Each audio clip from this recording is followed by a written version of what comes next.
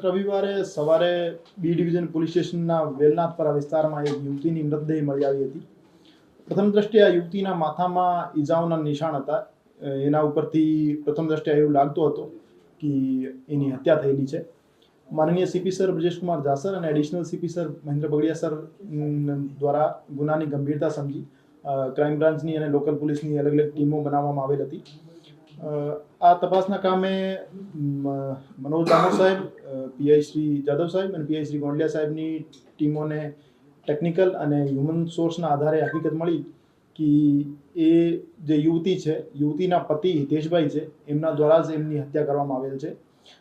બનાવનું કારણ પૂછપરછ દરમિયાન એવું સામે આવેલ છે કે સ્નેહાબેનના લગ્નના તરત જ પછી એમના વચ્ચે બંને વચ્ચે અમુક વસ્તુઓને નાની નાની બાબતોને લઈને માથાકૂટ ચાલતી હતી અને હિતેશભાઈ એના ઘરકંકાસથી કંટાળી ગયા હતા અને સ્નેહાબેન નાની નાની વાત ઉપર એના ઉપર શંકા કરતા હતા. વારંવાર એમને વિડીયો કોલ કરતા હતા અને એને લોકેશન બાબતે પૂછતા હતા અને પોતાના સાસુ સસરા બાબતે ગાળી ગલોચ કરતા હતા.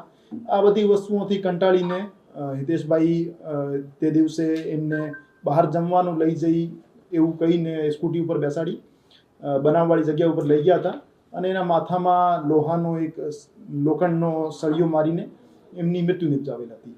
એના માથા ઉપર 3 ઘાવ હતા, એક નાક ઉપર, એક કાન ઉપર અને એક માથાના પાછળના ભાગે. એના કારણે એનું મૃત્યુ નિપજે.